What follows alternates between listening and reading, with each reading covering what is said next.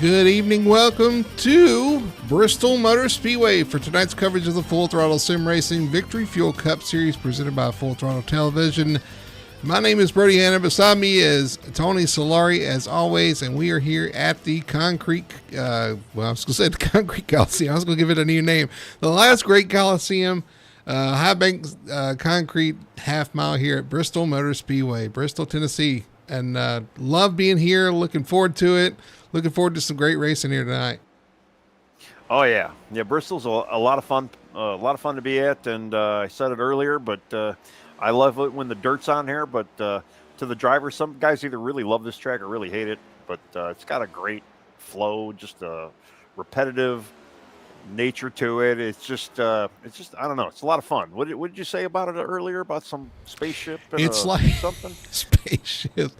I said some people talk about it's like flying a fighter jet in a gymnasium, and that is a very accurate description, especially with these cars here tonight. And you better watch out because your fighter jet has a flat tire. So good luck. Yeah, it is. It's a tight, short little track, high banked, high speeds. You don't really even use much brake here at all. You would think you probably do, but it's just a lot of fun. Surprisingly, though, they actually have a lot more room in the corners though than we would at Darlington. But it's a great little track and one of my favorites. And it's got a reputation because of what it is. It is the last great Coliseum. And like I said earlier too, bad things happen in Coliseum. Bad things have been known to happen in Coliseums. People go to war in go to battle in Coliseums, and that's what we're going to see tonight is a battle for some of these guys around the half mile high banked concrete canyon. I don't know where that came from. Yeah, something like that.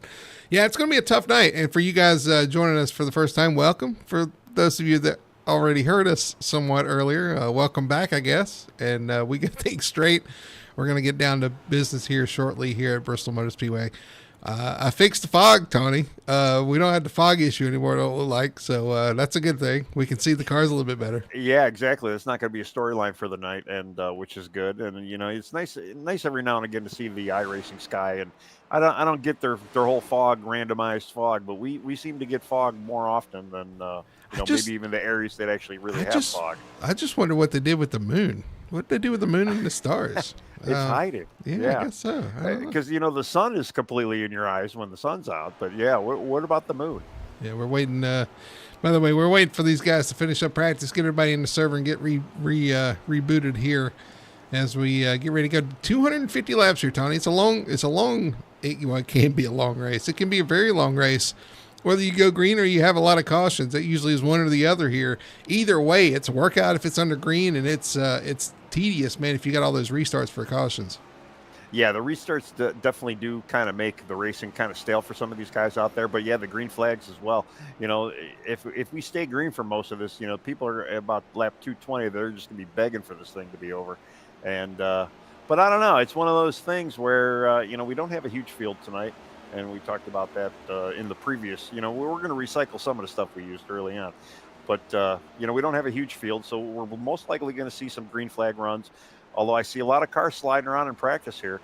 And then, too, we might see one or two green flag pit stops as well. I was about to say, could we see green flag pit stops? Another thing to keep in mind, too, and keep track of is the restarts. Remember, we have the restarts on here. That's a whole different story, and the first guy does have lane choice. So we're going to see some things probably mixed up on the restarts, something to watch here later on tonight as well.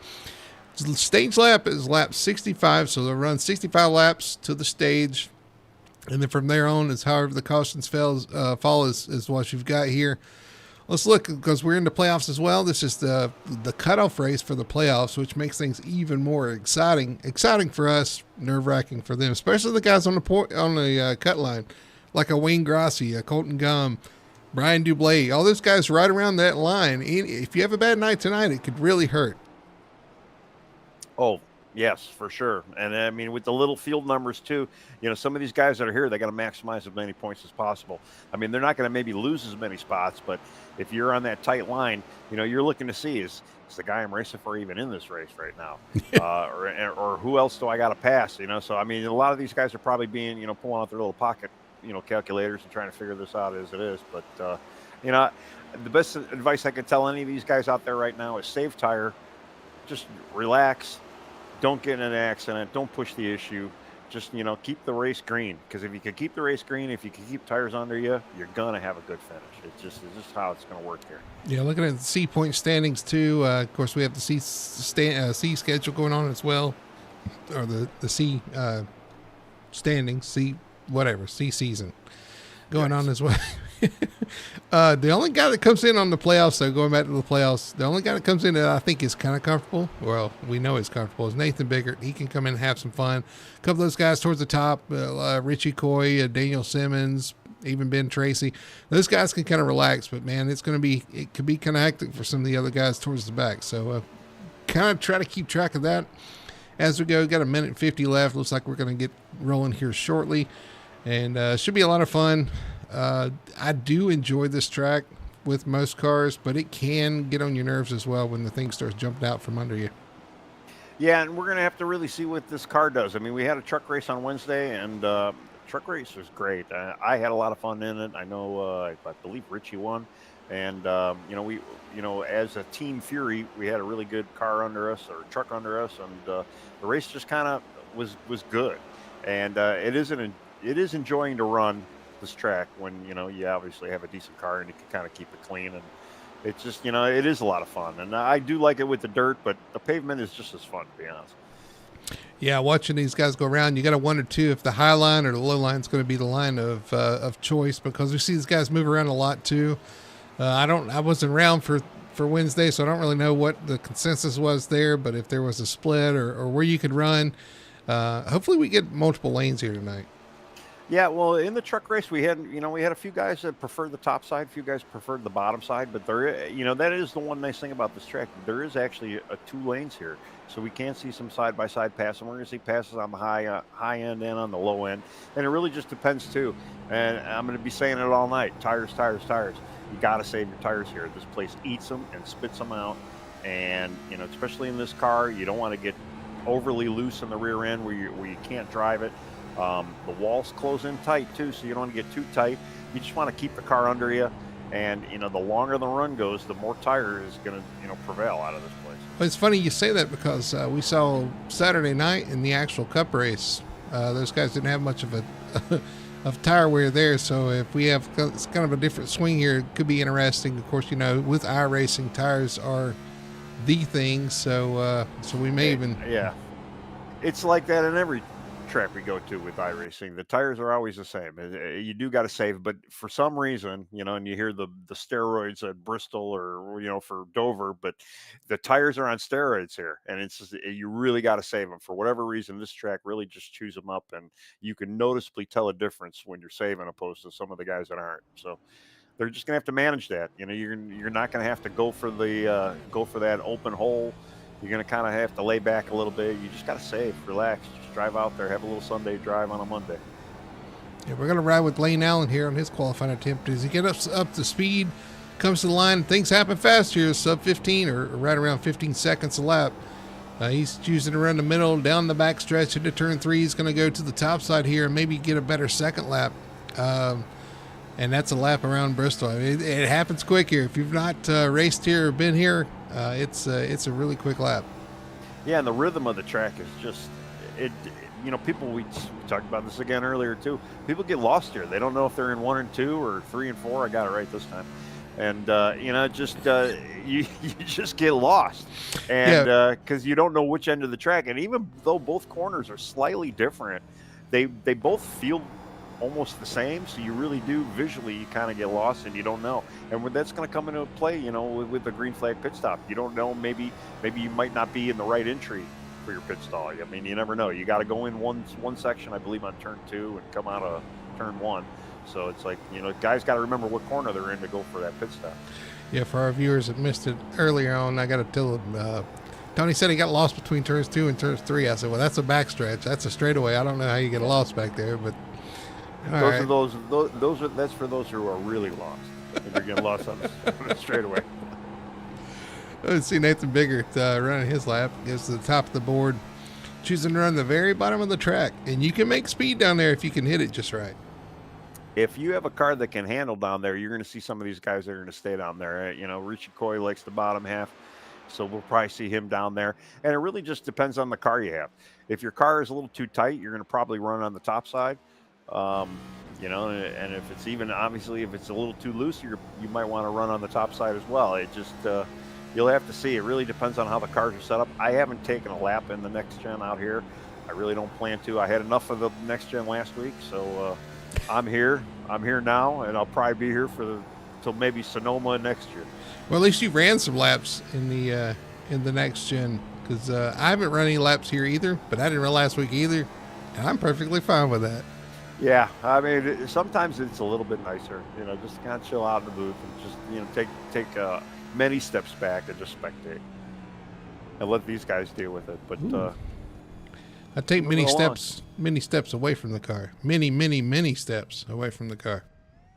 Oh, you said many. Oh, yeah, that's different. Yeah. What's wrong with Richie Coy? He goes top of the board. Actually, right on top of Nathan Biggart's time. Both of them run a 14:22. So, and then you got a 26 and a 27 behind it. So these guys are really close in time, and that's kind of what you got with the next gen.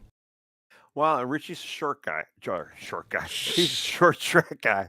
So, you know, I mean, we know Nathan's good pretty much everywhere too. So, I mean, you know, Nate and Richie might have a little bit of competition, a little sparring back and forth.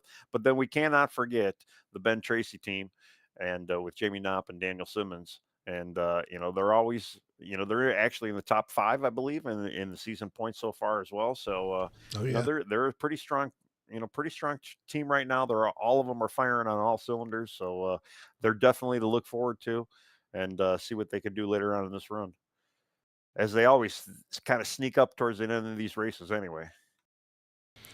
Just waiting for the time to run out here. We're going to get underway here shortly, and I'm looking forward to it because we are 30 minutes behind. Well, I'll say 20 minutes behind schedule, but we'll get it going, get it underway here shortly for you guys.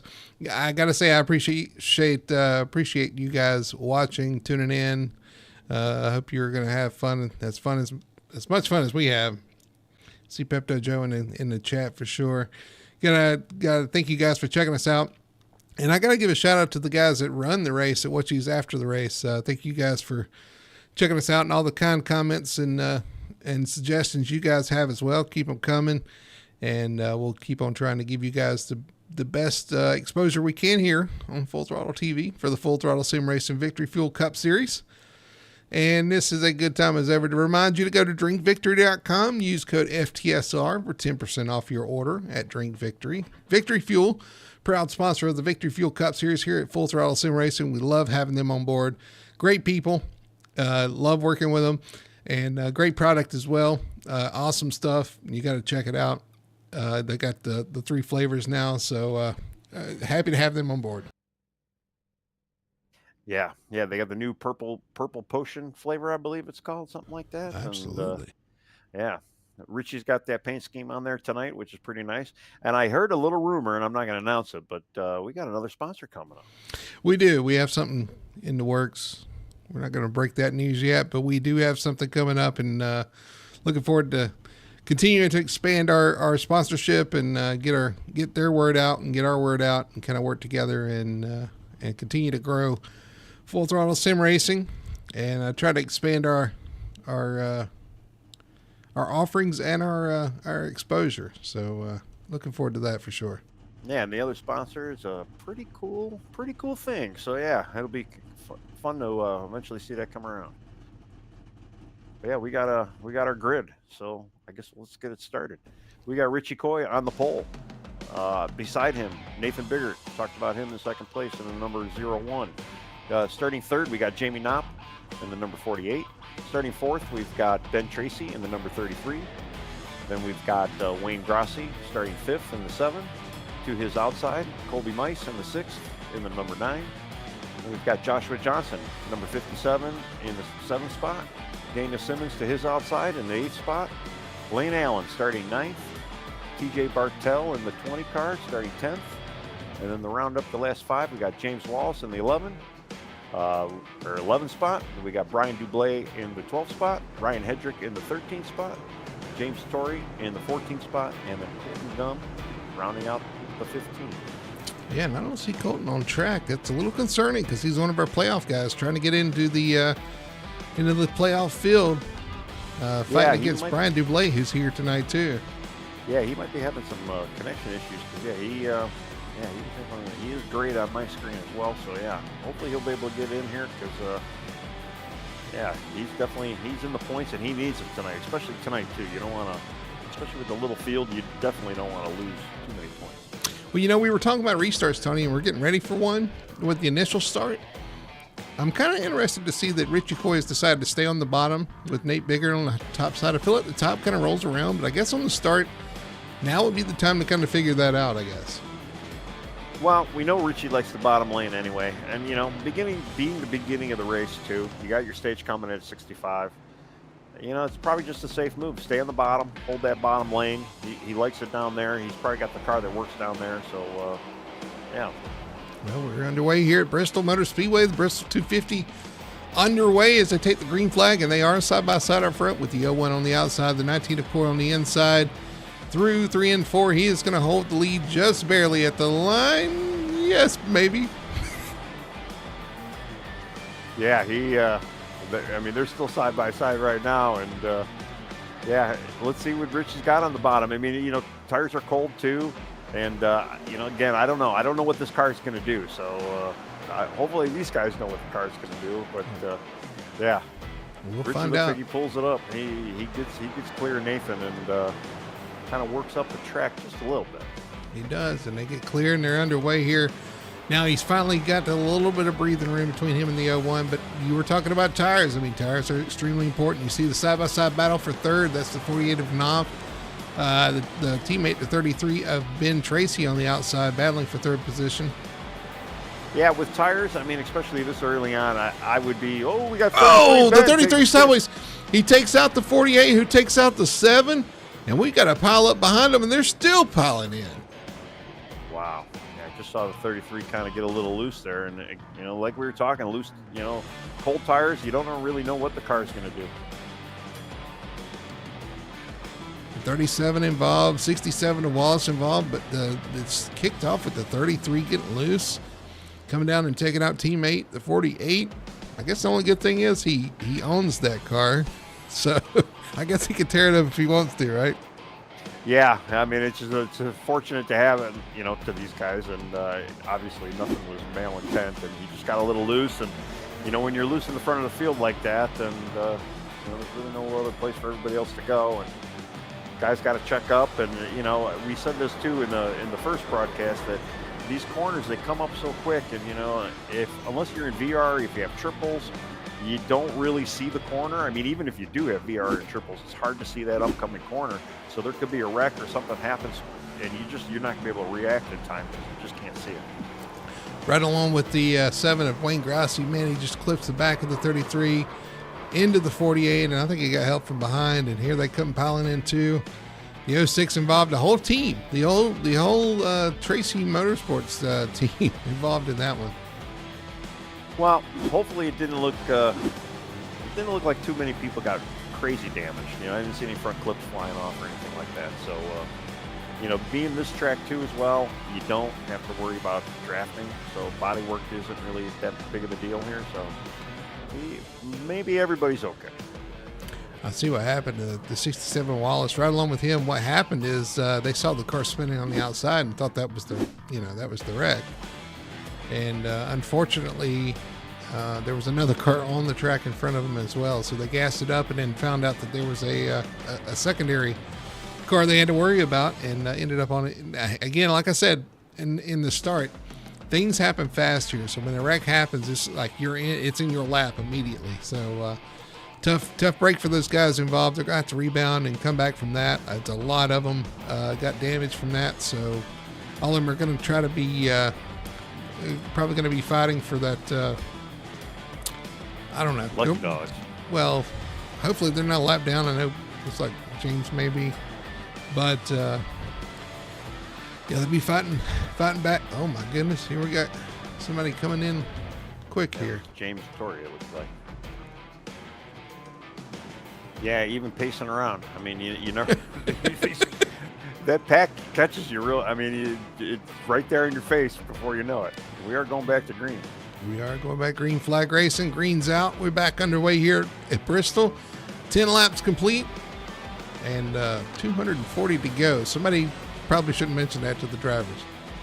Yeah, well, we got Colby Mice and Joshua Johnson third and fourth, and the two of them were caught sleeping because Richie Coy and Nathan Biggert just took off. I mean, right now Nathan looks like he's about ready to clear Richie. It looks like he has cleared Richie. Yep. Yeah, Nathan takes the lead here on lap 11. It's going to take command of this race here up front, although Richie's not going to let him get away too far as Joshua Johnson moves up in the third spot in front of Colby Meese. That's for third and fourth. But yeah, these guys are probably trying to settle in at this point after that accident. Yeah, well, that's kind of what you got to do. I mean, hopefully nobody took tires. You know, even if they had damage, they got maybe some of their front noses. And I mean, I do see a lot of bent noses out there. But this is a perfect opportunity to just relax. You know, save some tire. You know, you might have some cars that are damaged that you might be able to gain a few points on. So this is the opportune moment. I mean, it's sad what we just saw, you know, on lap 10, especially so early in a 250-lap race. But some of these guys that made it through that or didn't get too much damage, they got to play it smart now. This is their opportunity to get some points. I like that. You got to relax. It's Bristol. You got to relax, man. Who was it? I heard them in I heard them in the broadcast talking about that. They said Bristol's one of those places where you go in and you got to be calm, but you know you're not going to. Right. And well, and that is. I mean, you know, like here I'm watching Josh Johnson right now. He is catching Richie Coy and Nathan Biggert. Now he might have the car, he might have the legs, but in about another 20 laps, he is going to burn up them tires. And the two, you know, Richie and Nathan are just going to eventually drive away. So I mean, is this little gain worth the longer term? I mean, granted, we're going to have a stage at 65. I mean, we might even have another caution before that too. But this is not the good strategy. Especially too, you got good position. We had an accident. You were able to make it through. Now is the time you just got to relax. Just, you know, let these tires come. Well, you know too. You notice that he's running a different line. He's running a high line too. Does that wear your tires more or less here at Bristol running the top side? I've been told it does. Whether, you know, I haven't done any scientific experiments on it, but yeah, I mean, it probably does. You know, for me, I really don't know how to save tires, so I don't even know what's going to burn them off more. I just know that, you know, every track you go to, you got to save some tire. And I know Bristol, you got to save more tire than normal. I usually tell people, figure out your best lap, drive a half a second slower than that, and you know, and just let them tires come to you. And if you get that green flag run, you know, it'll pay you dividends later on. Now we see all three of them running different lines. You got the 57 up high, the 19's down low, and Nate's running somewhere in the middle. Yeah, well, I mean, it's just, you know, that might be their way of tire management as well. So Richie definitely does not want Nathan to get out of his view. And, you know, Nathan's out there kind of, I mean, it looks like both Richie and Nathan are both kind of Sunday cruising. It does look like Josh is pushing it. He wants second, he wants first, which is great, but it's just way too early to be doing that now. By the way, guys, your eyes do not deceive you. There is a bright spot in turn one. That's the pace car lights. It's been like that for over a season, and not sure why we still have that issue, but we do, and hopefully that's one of the many things that we get solved here at some point. That's probably why I only get 72 frames a second when pace car lights. Yeah, when any night server's on. Yeah. Riddle me that there, iRacing. It's funny. Yeah, it's definitely noticeable. You go riding into turn one here, you see the stands lit up. You got some high voltage lights that got on the pace car there. Yeah, they are definitely what are they, xenon or? I mean, they're using like the ultra mag lights. I mean, it is a fictitious car. It is a cool looking car. I'm not gonna lie. You know, talking about the pace car itself, but yeah. Well, they got some lights. Bright race. Yeah. We're running on board with the 7 of Wayne Grossi. Looking ahead at the battle with the 47 and the 9. Now he's going to get involved with that. The 47 and 9 battling for 5th spot, and Wayne wanted to be a part of that as well. Yeah, that's kind of where our biggest pack is right now. You got Colby Mice leading Ryan Hendrick and Wayne Grossi, and I believe that is Jamie Knopp. So yeah, the 4 of them are going.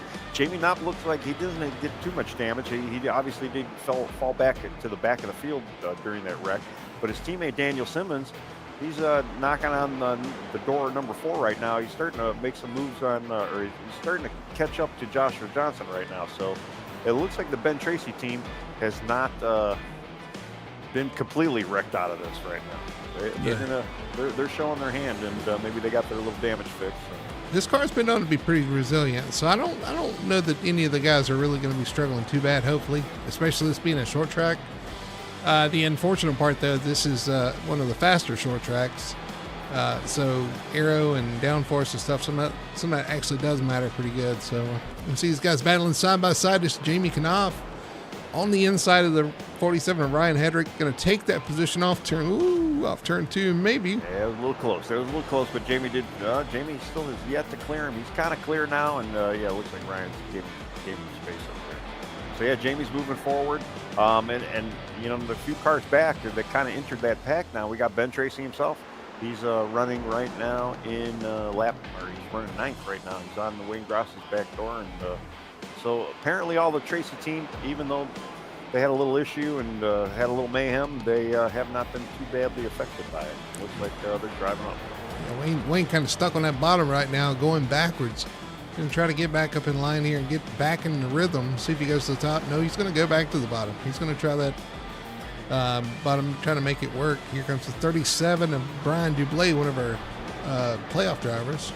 And Lane Allen behind him.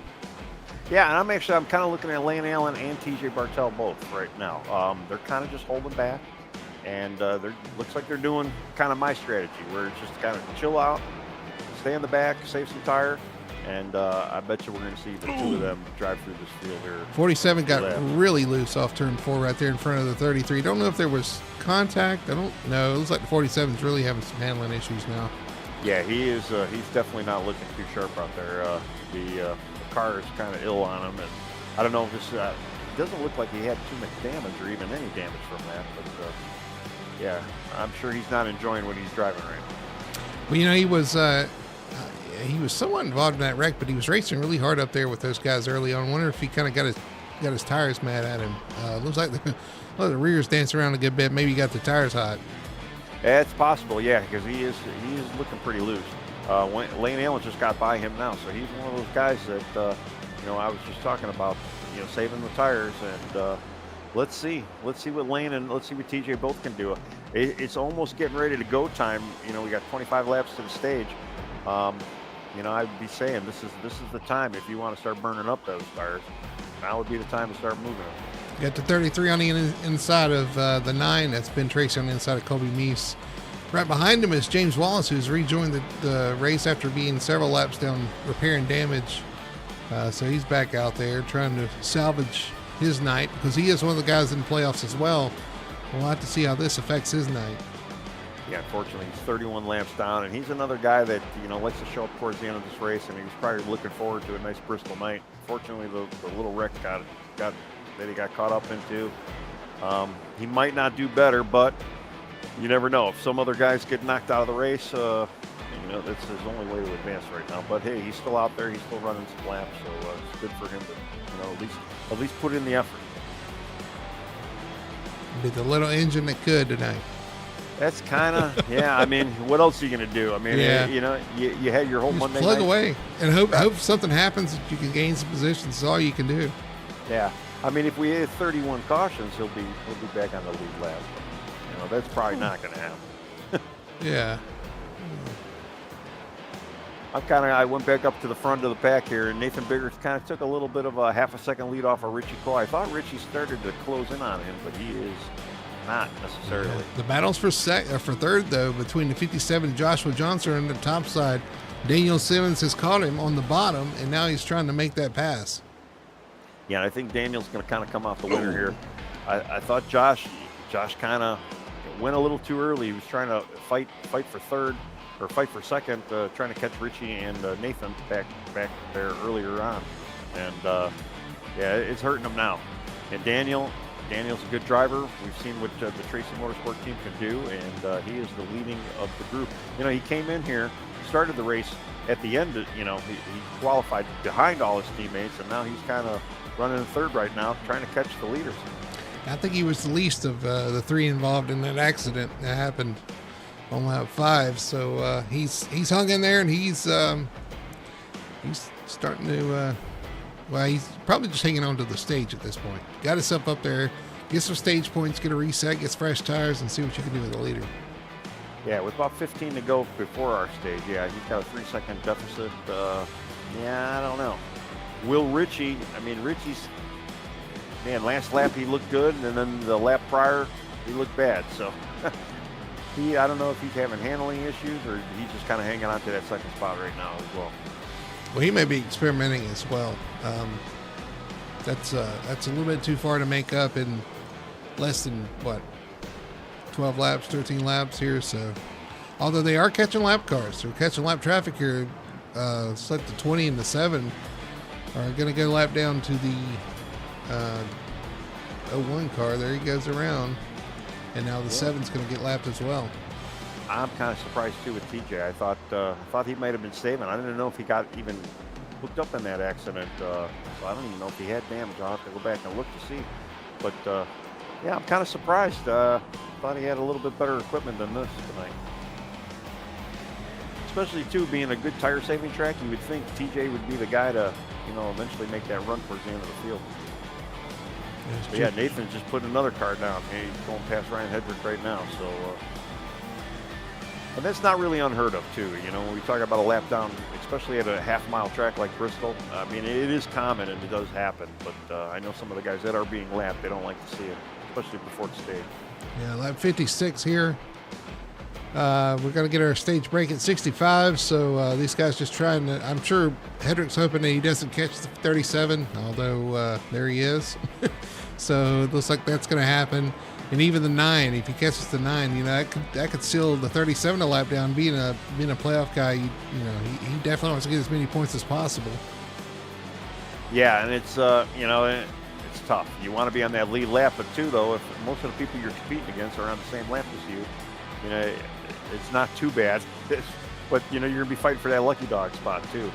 And Nathan goes by Colby Meese, and who's next on the pecking order for Mr. Nathan? To 33, Ben Tracy. Wow. And let's see how far he is. You saw Richie Coy get loose right there beside the 9 of Colby Meese, trying to get by him. He got really loose under him there, so he finally gets by him. It was a heart in your throat moment.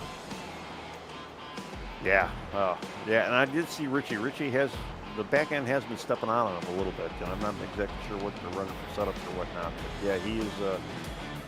He might be fighting it a little bit too much. And it's hard too. You see Nathan just driving away from you, and it's like, man, I wish this thing had a little bit more bite. But yeah, it doesn't look like Ben Tracy is going to go that lap down. Yeah, I don't think he's going to get to Ben. Okay.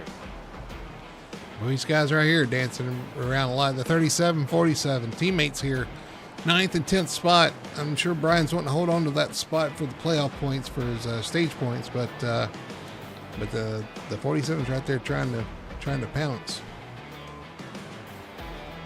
Yeah, and honestly, it's a pretty good run, though. I mean, especially, too, I mean, he did kind of come out of the gate. I want to say he did burn up his tires, but it's going to be a good stage point night for him. We got Ben off the track, and he stopped here on the entry to pit road.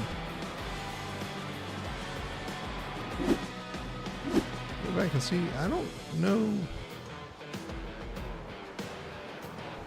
Let's go to a lap before that and see if as the stage caution comes out, Nathan Biggart's going to win your stage. Let's see what happens. 33 here. Off the corner. I'm not really sure. He just slows way down and then pulls off the track. I don't know what's going on right there. Yeah, it's kind of odd. Almost like he wanted to maybe pit, but not really pit. I don't know. Yeah, that's kind of odd.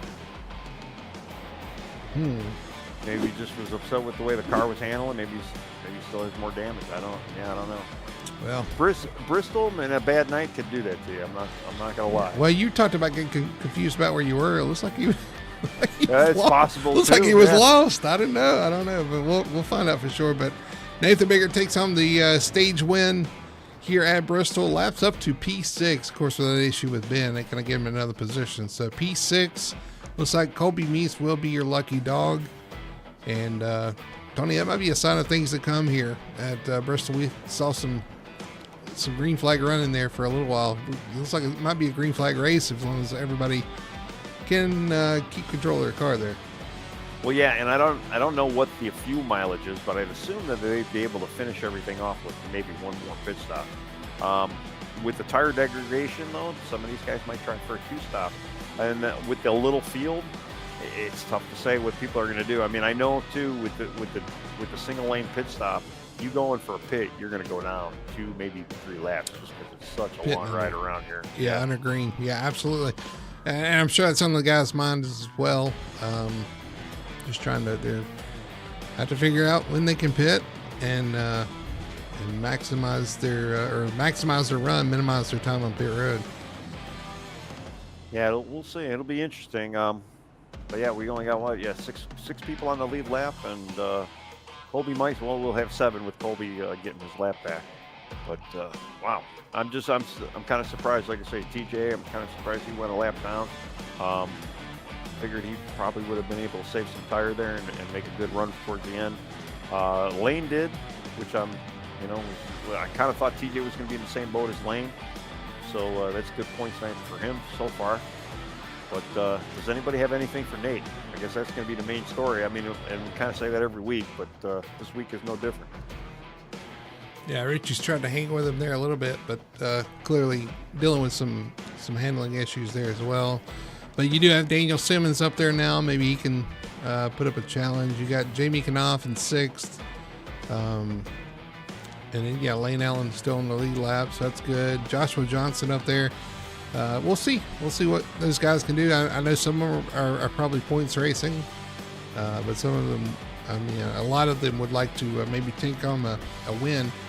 And who knows, you may pull some strategy here and be able to, we've seen a lot of time it depends when you pit, the timing of the pit stop. Because if you get a rash of cautions, it's like, what caution do you pit on to put you in the best position and have the best tires, or have the best tires, one or the other? Right. Yeah, and that's very true. And actually, I'm looking, Ben Tracy is back out on the track. So yeah, he might have spaced and went in the wrong pit stall or went in the wrong entry. I've got a feeling. Maybe tried to do the undercut. I've got a feeling it was something mechanical, some sort of a technicality or technical issue that caused that. I can't imagine he would. I don't know. Yeah. I give more credit than that. But we are getting ready to go back green. Pace car's going to pull off. We're going to go back green, lap 72 of 250.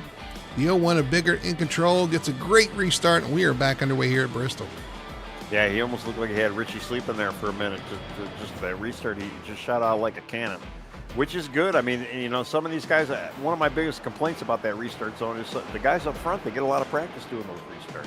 So it's kind of one of those things where, you really got to kind of change your strategy. If you're running second or third or even fourth, you got to really focus on that lead car and try to time it when he goes.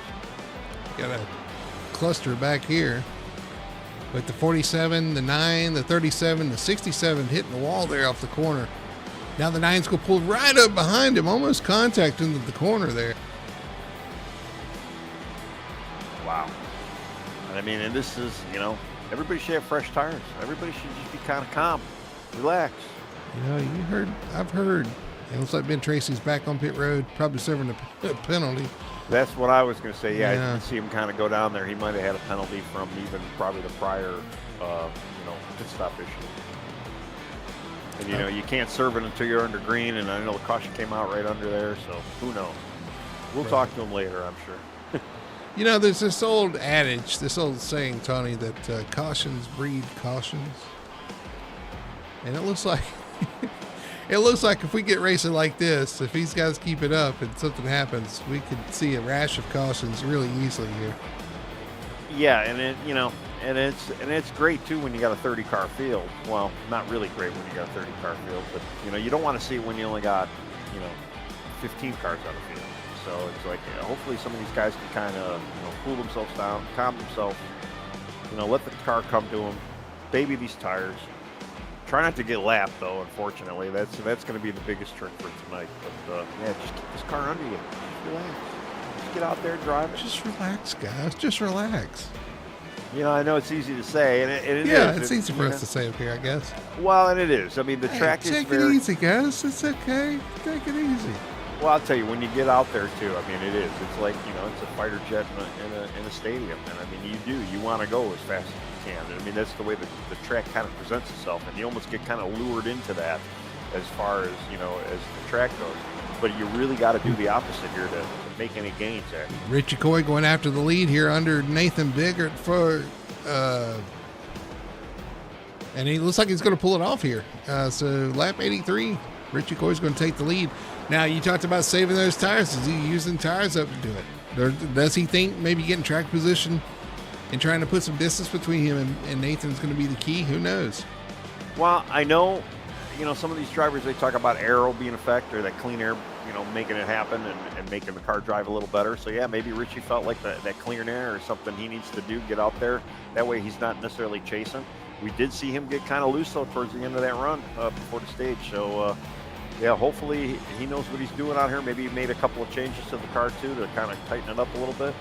But, yeah, right now he's got a nice half a second lead over Nathan. And, I'm looking at Daniel Simmons, though, kind of in the back, and he is going to eventually sneak up. He's a guy right now that looks like he's just kind of out there riding and saving. I hate to say it, but I think I know what's going on here. I think Nathan is maybe saving those tires a little bit, knowing that we're going to have a long run or probably have a long run here. And so I'm sure he's just sitting back, just taking care of his stuff and probably laughing. Yeah, that's it. Yeah, laughing may or may not be optional, but yeah, there's that potential. But that's really what you want to do here. I mean, again, like we were just saying, that it lures you into wanting to go fast to race and to drive it hard every corner, every lap. But you really can't. It'll kill you if you get anything longer than 30, 40 lap run. So I'm looking at right now. I'm looking at the top four. Even Lane Allen sitting there in fourth right now. He's just kind of back there, just kind of, he ain't pushing the issue too much. He's just kind of out there relaxed, driving. The group behind him, you've got, Joshua Johnson, you got Wayne Grossi, Brian Dublé. Some of these guys are a lap down. But I'm watching these guys because their cars don't look so happy. The guys up front look like they're kind of cruising. These cars right here look evil. Well, yeah. Well, especially, too, Wayne Grossi and Brian Dublé right now, they are fighting for a lucky dog spot. And even Ryan Hedrick right now, too. So the three of them, if anybody should be racing right now, it should be the three of them. Granted, I don't foreseeably see us getting a caution, though, but you never know. You don't want to see the caution come from those guys themselves either. But they are the ones that need to be kind of figuring out where they want to be, and so they can get that, that free pass. You don't want to see the caution. You don't want to be the caution. You don't want to be in the caution. And that's one thing you got to be thinking about right here is like if you're in the lucky dog position, do you really want to push the issue and get up into the scrum, if you will? Or do you want to kind of ride back and if you can, but the guy that's trying to get the lucky dog away from you, putting pressure on you. So, what do you do? Right. And, I'm kind of watching Wayne himself, and he's kind of in a spot right now. He's kind of just got passed by Joshua Johnson, but even so, those guys that are the guys that are fighting for that lucky dog right now, you don't want to kind of get in the way of the lead lap guys either, but you don't want to kind of get trounced on the guys that you're racing for that lucky dog. So you're kind of in that spot where where do you want to be right now, and you can see that maybe some of these guys in front of you that are on the lead lap, they are kind of like saving their tires and stuff, but yourself you can't. So you just gotta stay up there to get that that wave around. At the same time too, these guys are already 6 seconds behind the leader too, or at least let's see, Jamie is. Some of these guys are 3 and 4 seconds behind the leader already. So you don't want to go another lap down either. So it's just we say, hey, relax, take it easy, but you've got to go. Yep. Yeah, you gotta balance that fine line of, you definitely want to save, and you want to save as much as you can, but you still got to kind of drive forward. And you definitely don't want to get lapped. And Richie right now, he's putting on a pretty blistering pace. He's almost got about 8 tenths on Nathan right now. Now, I'm assuming Nathan, he's just slowing down. He's just kind of, you can see him too. He's running kind of the higher line right now, which is a little odd considering he was running more in the middle lane earlier. But Richie and Daniel, they're both kind of running that same lower groove. And Daniel looks like he's just running smooth, just kind of babying it. And yeah, we'll see what happens. What happened to Lane Allen though? He did get passed by Joshua Johnson. He did. He's in fifth. Joshua Johnson's actually pulled right on the back end of the 06 of Daniel Simmons too. Yeah, but Lane was running a nice strong fourth right after Daniel. I wonder if he got a little loose. I'm going to go back and take a look at that. But yeah, he's kind of in between. He fell back. He let all those those lap down cars kind of let him by. Looked like. Going board with the 01 and Nathan Biggert starting to close in on the 19 of Coy. He's cut that down to about 4.5 tenths in the last couple laps. Yeah, and that could be what he's been kind of setting himself up for as well. I'm kind of waiting to see Daniel Simmons kind of do the same thing. I haven't seen Richie get too loose yet either, so his car isn't evil yet, but we might still see that happen. Looking back from the 06 to the 57 of Joshua Johnson, who's also riding with those guys right there in close proximity, currently P4. Having a good night, good points night for his position in the playoffs, doing exactly what he needs to do. Yeah, well, Jamie for sure, just stay on the lead lap. That's really it's really the goal at this point of the race right now too. And he's doing just that, just maybe saving some tire a little bit, and going to start making his run up to the front in a little while. Speaking of lap traffic, the leaders are starting to catch some more cars here. Could shake things up depending on where they're running and where the leaders want to run, because the leaders, first and second, they're running completely different lines. So somebody's going to be disadvantaged here. Yeah, Nathan's really, he's taking a liking to the very, very top side of the track right now, too. He is probably running higher than I have seen him all night. And working, though, for him. He is catching Coy quickly. They're running up on the 33. That's going to be Ben Tracy going another lap down here shortly. Ben Nye of the night he needs to have. It's not disastrous yet, but it's been a struggle so far. Yeah, it's definitely not the night he wanted, but again, kudos to him. He's out there, he's running his laps, just trying to complete as much as he can. I'm assuming he needs the points, and if you go down another lap, I guess if you go down another lap, you never know what could possibly happen. He did get a little loose there, yeah. Richie Coy gets around and puts him another lap down. Ben, unfortunately, he's 11 laps down. You ever noticed how Richie's car now, because I had a car painted similar to that car, it kind of reminds me of the Jimmy Spencer Winston car, the No Bull car. Yeah, I kind of vaguely remember that car. Yeah. Richie, you know how Richie does paint jobs. He might say, yeah, I did that purposely. Could we call him Richie Spencer? Spicy Spencer. Ricky Co. Ricky Co. He'll enjoy that. Oh yeah. And what he's not going to enjoy is Nate Biggert getting Biggert in his rear view mirror.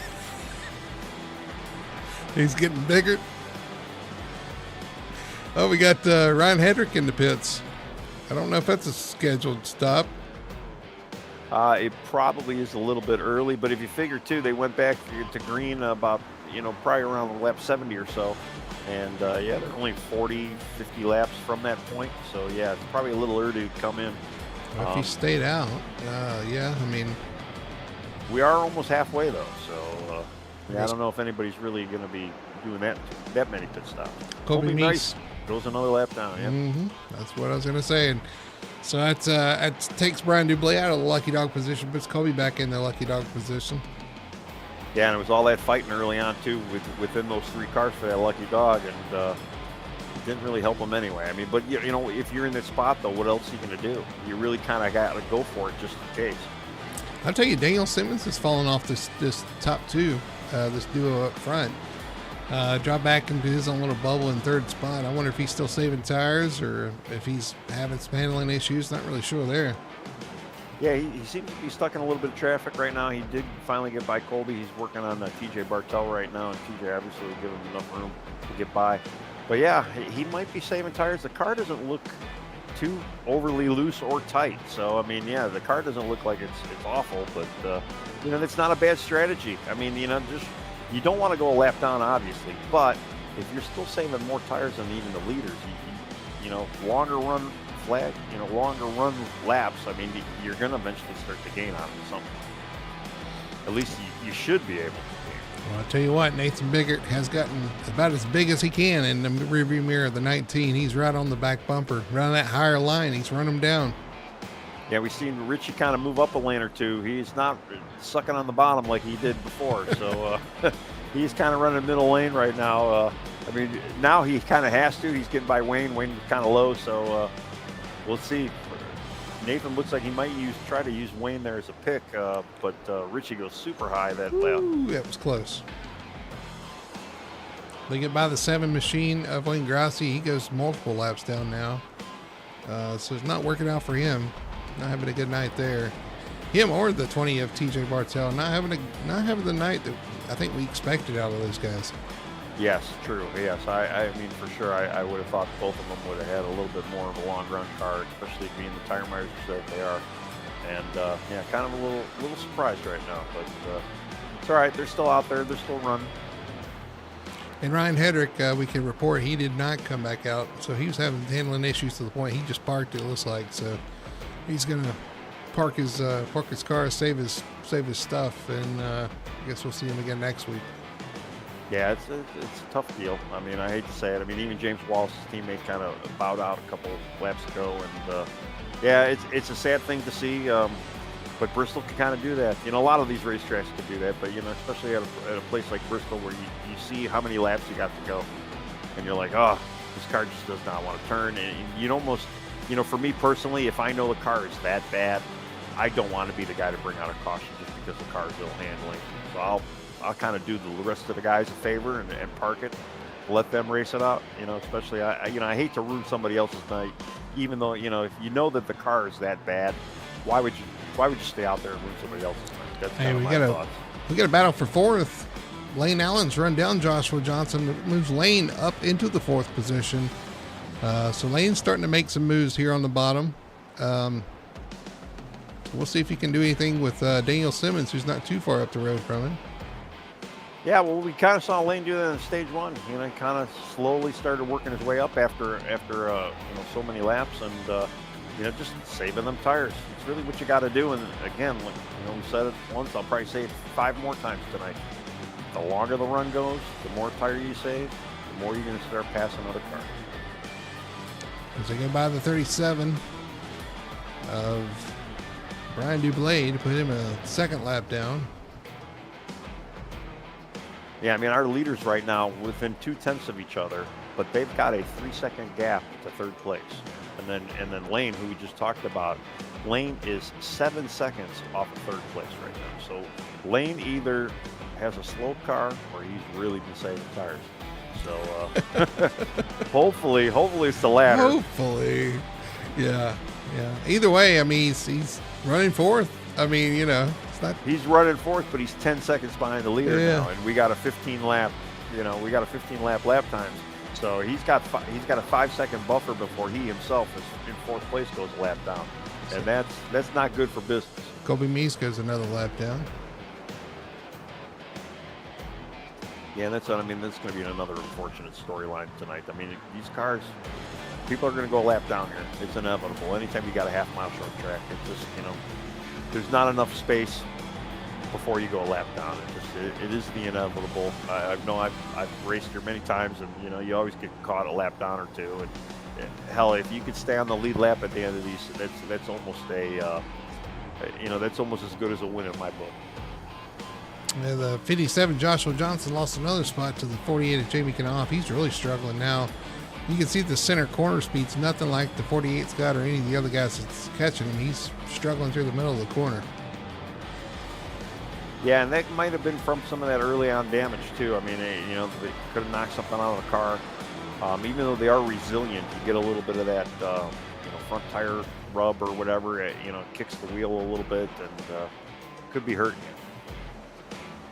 But yeah, I mean, I'm looking to Jamie, Jamie and Josh. They're 13, 14 seconds behind the leader. They are going to be going a lap down soon enough. If they don't start picking up the pace here. But Richie Coy, he's holding off Nathan. He's actually starting to slightly pull away from him again. Just watching the 06 work through some traffic. Simmons gets by the 9 of Nice and the 37 of Dublé there. Yeah, it did cost him a little bit of time. He fell back to about 4 seconds down from the leader. But, we were just talking about the 57 too. The 57 is going a lap down as we speak. So really falling off the bandwagon. His wheels have really fallen off the wagon here. Yeah, and I've been watching him every now and again too, and he runs that upper high line, and I'm not to say that he may have skimmed the wall here or there, but yeah, he's kind of hurting himself right now. Goes lap down. He is in the lucky dog spot. Yeah, we'll Colby see. Meese on pit road. Let's see, with lap 144, that still might be a little bit early for that pit stop. Well, I think you can go over 100 laps, but the question is, do you want to pit early and risk a caution coming out? Do you want to stay out? If you stay out too long, are you going to get, overtaken with the fresher tires? I don't know. Could be an interesting play here. Well, if you were to split the final stage based on the stage caution we had at lap 65, again, they probably went back about lap 70. So that would leave you with about 2 90-lap runs if you're, roughly around 90-lap runs. So, I mean, even so, about lap 160 would be, or no, let's see, where would it be? Yeah, it would be about 160 would be about the time where, some of these guys might want to come in to get that, their last set of tires and top off. Yep. I don't think they had enough gas to make the whole 190 or 180 laps that were remainder. But I'm sitting here like that GIF with all the math equations and shit. Yeah. I may have used that once or twice in a YouTube video, but yeah, I know exactly. Yeah. I'm sitting here like, yeah, sure, that sounds good, sure. But yeah, honestly, maybe another 10 laps, 10 to 20 laps, we might see these guys come in for some green flag stops. Richie Coy, though, right now, he must have got that car dialed in. He does not look nearly as loose as he was earlier on. Car looks pretty stable, and again, like I say, he's slowly pulling away from Nathan Biggert. Yeah, I've seen he's wagging the tail every now and then, but it's kind of stopped doing that, so he must have settled in here. Yeah, he went from 2/10. I think Nathan was like 1.67 off his bumper earlier on, and he's 0.4 right now, 0.5 almost. So yeah, so Richie got that thing dialed in, and maybe that clean air, like we hear so much, is working to his advantage right now. Yeah, Daniel Simmons is about 5.8 seconds behind these guys. And then you got Jamie Knopf, who's got by Lane Allen for 4th, so he's 13 seconds back. All these guys kind of spread out right now. Yeah, and unfortunately, Lane Allen, he is going in for a pit, it looks like right now, but he was getting lapped too.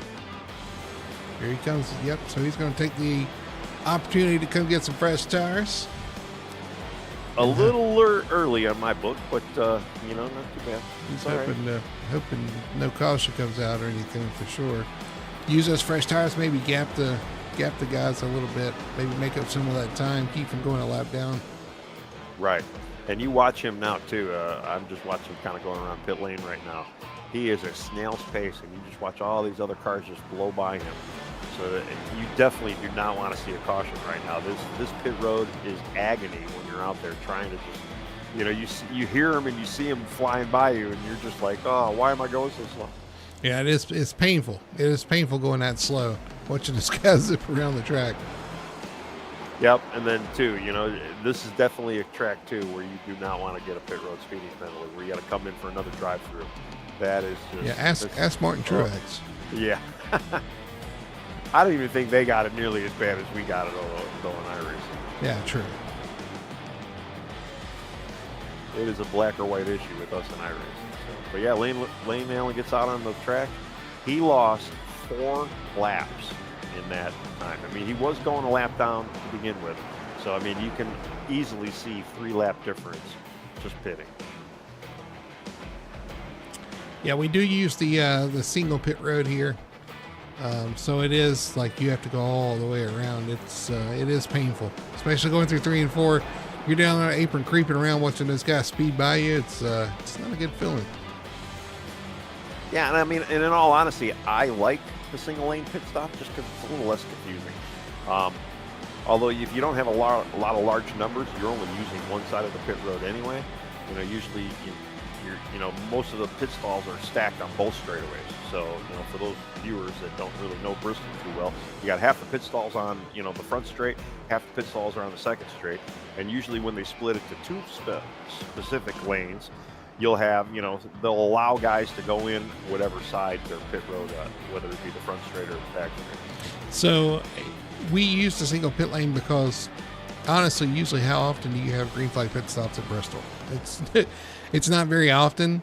Knowing that, we didn't really know how big of a field we were having a small field, they would all pit on one lane. But if we'd had 20 plus, we'd have split it up and it would have got confusing. So yeah, it's just it's kind of what we got. It just was playing it safe.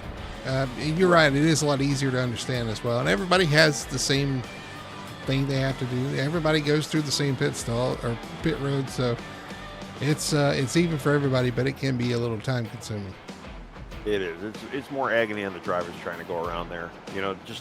And yeah, it is easier because okay, I got to go in on turn 2, exit on turn 1. It's like, oh wait, do I come in on turn 3 or do I go in on turn 2 or 4? I mean, it's like, yeah, you do get confused. With the one pit lane, it is less confusing for a lot of the drivers. Just pit on the back straights, Tommy. Yeah, right. Where you get lost. I don't know. Always get lost. So yeah, just kind of watching out there. Who else? We had Brian Dublé. He kind of came in for a pit stop. Josh Johnson looks like he went in for a pit stop. I'm reminded of Michael Waltrip saying, "I'm at the wrong track." Yeah. TJ Bartell looks like he's came in for his stop as well. There. Yep. He's back out. I'm looking at the lead still, and we got Lane Allen. Lane Allen's actually looking to get one of his laps back right now. He's passed by Nathan Biggert, getting ready to get one lap back from Richie. Richie still's got that lead out there though, and he's kind of extended it to about 6/10 right now. So Richie's found something, and he's making it work. Want to see what these tires are worth. They're worth a good bit. Oh yeah. Well, we kind of figured as much too, especially the way the tire wear is in this place. But it does make it a little. It's hard though too if you're out there on the old tires. And you're especially like you're leading this race.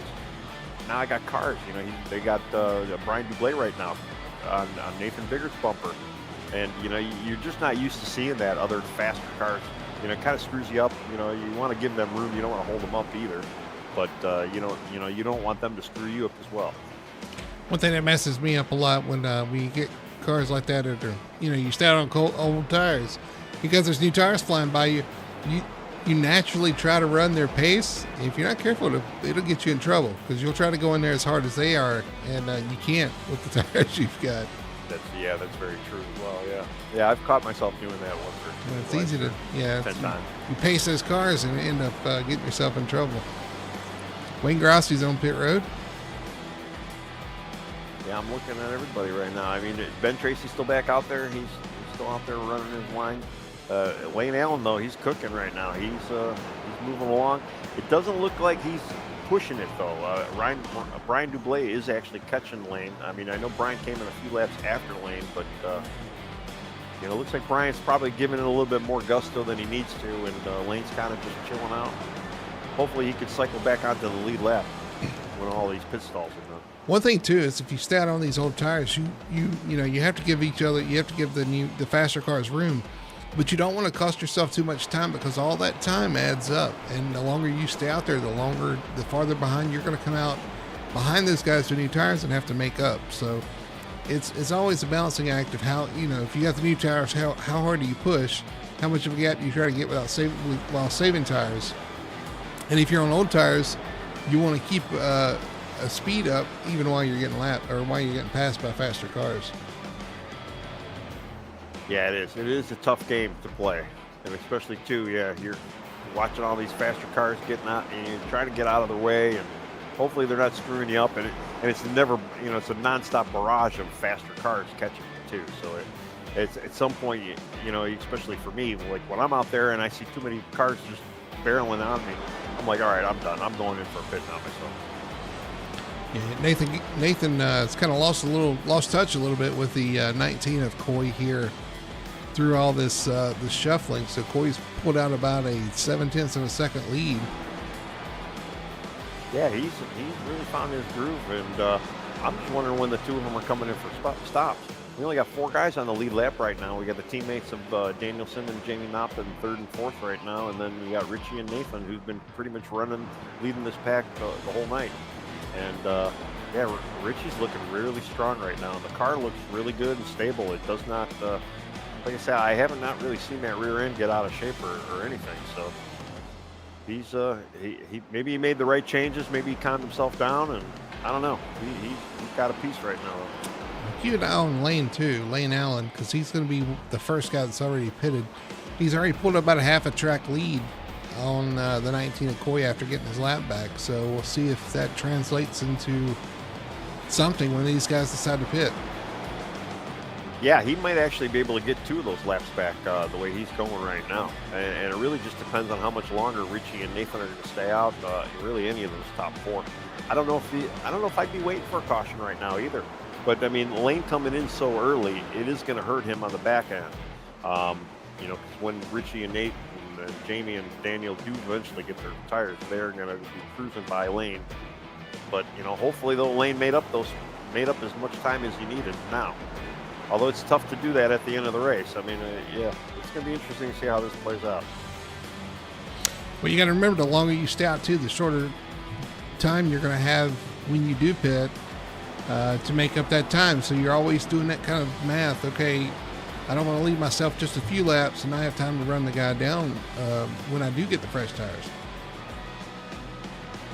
I'm back at the lead too. I'm kind of fixed right now in this 1st and 2nd spot, because Nathan has kind of cut about half of Richie's lead out from him. He worked it back up to about 0.4 right now. So when are these guys going to pit? I mean, to me, it's you only got 60 laps to go. To me, I would think you'd want to get in there. Yeah, Richie, just see Richie get a little. That's not what you want. You don't want to do that. Yeah, that was a little weird. Almost looked like a glitch on this, from my screen.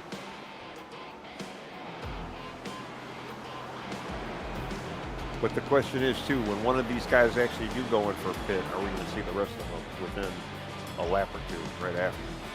Yeah. Can anybody? I don't know how long you can go on fuel. I don't think you can make it. How many?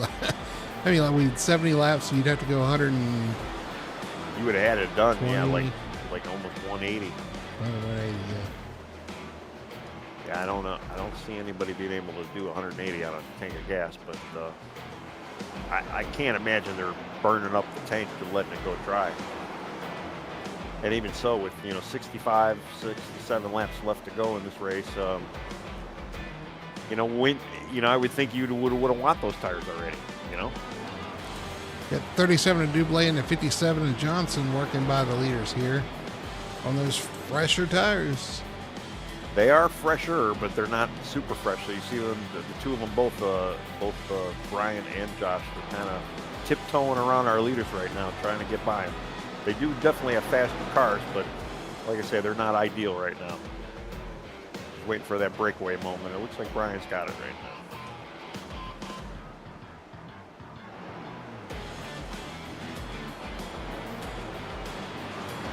As we had Jeff Chandler out there in the chat. Jeff's watching us tonight, wishing he was racing. He had some wheel issues earlier this week. Unable to get those settled in. But Jeff, hope you're enjoying the broadcast. We're watching these guys tackle Bristol. Hate that you weren't able to get out here, and I know you're hating it too, but I appreciate having you along. Yeah, it's good to see him out there. Yeah, I know he was monkeying around. Ooh, Richie got a little tight there, yeah. I got close quarters there. Here comes Lane again. There's Lane Allen once again getting his other lap back. Yeah, I mean, now that you've seen Lane pass you twice, I'm blown away that these guys have not bothered to come in for a pit. Hey, if I was Lane, I'd just ride there beside him, keep him from coming to pit road. I was just thinking that too, yeah. I mean, and that's the thing though too. Yeah, you're out there on these old tires. You don't want to be caught on the high side. You know, you say, hey, I'm going in this lap, and it's like, oh, here comes a fast car. I'm not going to be able to get down there. Maybe I might not have enough time to call it out and say I need to get down. Yeah. Here comes Nate on the outside. He's got to run. No, he gets out of shape there. Yeah. He did get a little loose there. I mean, I'm blown away the two of them are still out there, to be quite honest with you. I'm really kind of impressed that Daniel and Jamie are out there as well. I'm just surprised none of these top four have pit yet. Daniel and Jamie are back there running together. They're pretty close proximity here. You see them both in the same screen. 14 seconds back of the 19 and actually they're about to go a lap down, to be honest with you. You see the 19 right behind the 48.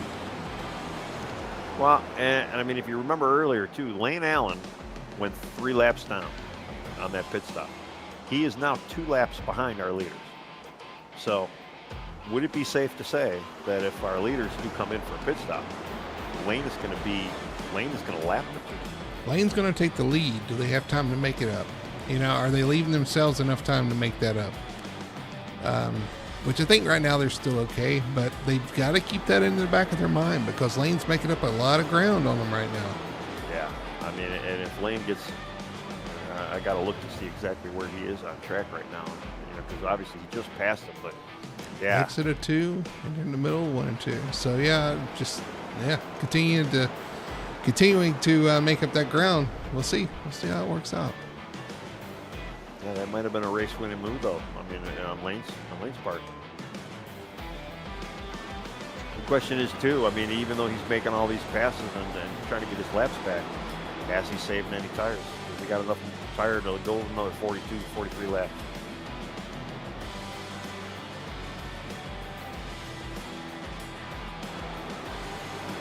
But yeah, the leaders too, they have not really, I mean, they're slowly catching Jamie and Daniel right now, but I'm telling you, here's what I would do. If I'm Coy, I race till I catch up to the 06. And then the 06 is going to be a tough pass, right? So as soon as I get to them is when I pit, because I'm going to lose a lot of time racing those guys, and I know it. And that would be a perfect opportunity to pit. Yeah, that sounds like a pretty good strategy. We'll see what happens. But again, racing those guys is going to cost them more time to the 14 of Allen. So, could get a little intriguing here towards the end. Well, every lap they're out, they're going to have to go a little faster when they do get tired to catch Lane. Because Lane is still pulling away from them and still pulling away, but still catching up to them as well. So, they're going to have the fresh tires.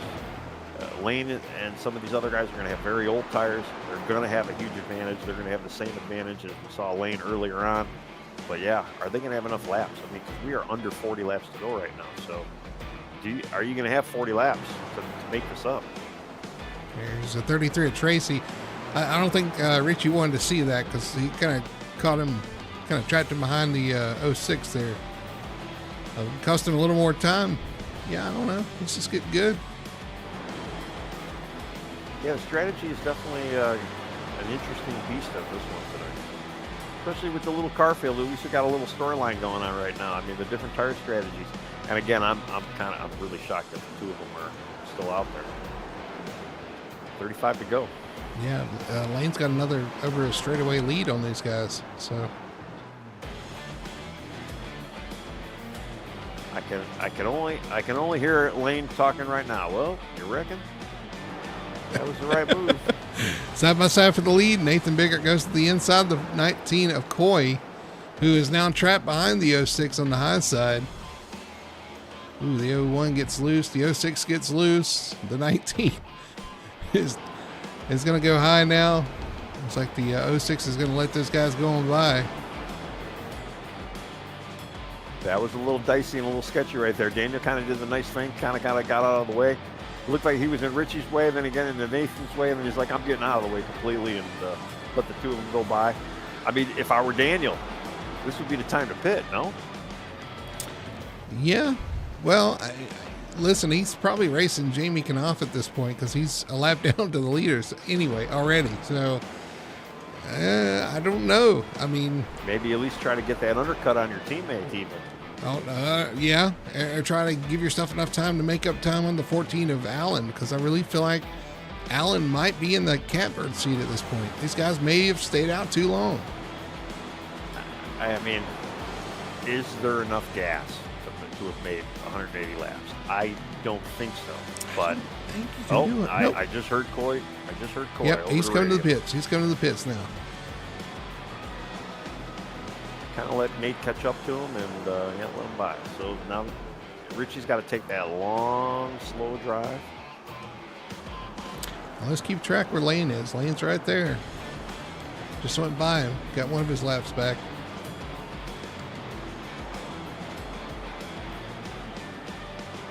Yeah, like I say, I'm assuming Richie's going to come in maybe a lap down when he gets out. He is showing a lap down currently right now. Yeah, Lane's on his. He's went by and got his lap back on him. Lane's coming through 3 and 4 right now. And this will be a pass for the lead, or pass for position right there. Correct? No? Yes. Yep. So Lane's in turn 4. Richie's getting up to speed on the backstretch. Not a huge advantage for Lane. Now we're especially too with Richie with the fresh tires, but still not a bad move for Lane. Gives him a shot for sure. That's right.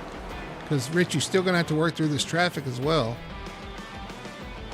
We still got 3 more guys that need to go get some gas. 25 lap. Yeah, I mean now Richie's, there is no saving at this point. You're hammered down. He's only three and a half seconds behind Lane, though, I think is what I'm seeing. So that action is going to be pretty easy to overcome, barring anything major happening. Well, then we got Nathan still out there, though, too. Now, unfortunately, though, Nathan is still losing time to Lane. Yeah, I'm not really sure what the call there is. I thought he would have pitted closer to when Richie did, unless he's going to try to make it to the end, which I don't know if you can do. I would have thought Daniel or even Jamie both would have kind of came in when Richie came in. Again, I don't see how they have enough gas to make it all the way, but maybe I'm completely wrong. I mean, I never bothered to ask to see what the fuel run is. I guess I could try to figure out what it is now, but yeah, crazy. I'm just deeply surprised. And there goes Richie by the 14 of Lane Allen. So that mystery has been solved. It wasn't quite as big as we thought it might be, but still a good move by the 14 of Allen, especially if these guys up front still have to pit, because I don't know that they're going to have enough of a gap or enough time to run him back down. Well, it did. It took Richie about 5, almost 10 laps to actually make that pass on Lane. So we'll see. We are down to 20 to go. 20 laps to go here at Bristol. The Bristol 250, the night race at Bristol Motor Speedway here for the Full Throttle Sim Race and Victory Fuel Cup Series. Live here on Full Throttle Television. Tony Solari, Brody Hannon bringing you the action. Hope you guys have enjoyed it. It's been kind of a strategy session, as these things sometimes are, but we've seen some green flag pit stops here at Bristol. Not something you see very often, but That's what we got tonight. These guys trying to handle this tricky last great Coliseum. Well, sitting in the pits, obviously not turning a lap, my fuel gauge said 224 laps. So there is a potential. I mean, I know that's not 100% accurate, but yeah, there is a potential that these guys could go green. They could keep. They don't have to pit at all. At this point, it has to be the strategy for the 01. Yeah, I wouldn't see him pitting here at this point.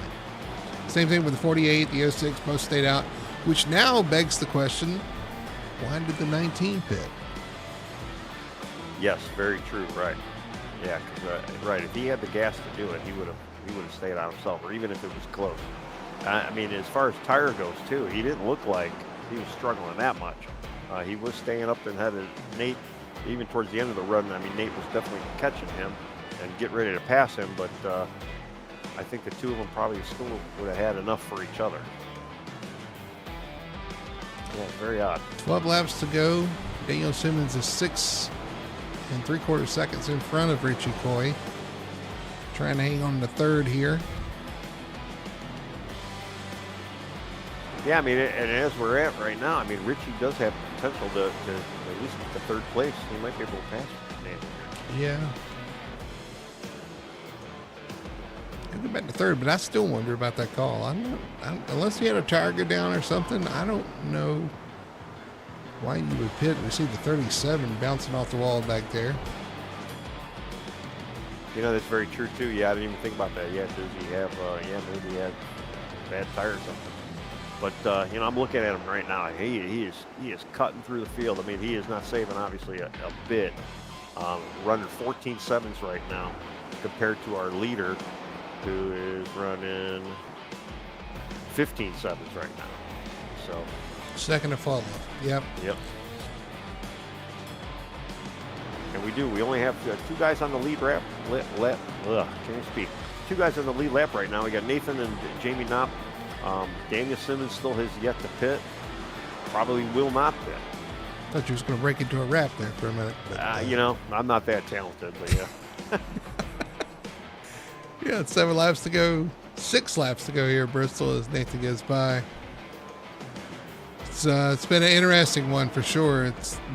I just got to scratch our heads about some of the things, but Nathan Biggert looks like he's going to try to take this one home all the way from the stage to the checkered flag here at Bristol.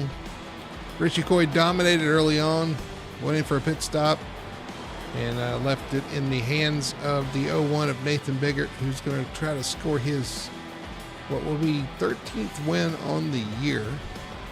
Yep, 13 wins. Yeah, that's a hell of a season. Third and win. Richie goes by Daniel right now for third, which you kind of assumed was going to happen. Does he have anything for Jamie Knopp for that second spot? I don't know if he's got enough time. I don't think he's got time because he's half a track behind Jamie, so he's 8 seconds back. Don't know if he's going to be able to get that in 3 laps. I don't think he's that quick compared to the 48. So a good call by the 48 to stay out as well. Yeah, I'm kind of blown away with the fuel mileage. I really, truly, and I mean, it really too, the tire wear. I mean, obviously to run 180 laps on a set of these tires out here. Yeah, I'm curious to know what happened to Richie. If it was a tire thing, maybe he had a tire issue, or like I say, he wasn't looking awful, but maybe he just figured everybody else was going to pit as well. I don't know. Well, there's a lot we can be saying about this race. The one thing that can be said, the 01 of Nathan Bickert's going to take the checkered flag and win here at Bristol, the Bristol 250, the Bristol night race here for the Full Throttle Sim Racing Victory Fuel Cup Series. Win number 13 on the year. Another great win by the 01. I wouldn't say dominated because he had to fight the 19, and 19 decided to pit. But very good, a hard-fought race, and another great race and a good win for the 01. Yeah, definitely another notch in his belt for him. Great fuel mileage, great tire wear.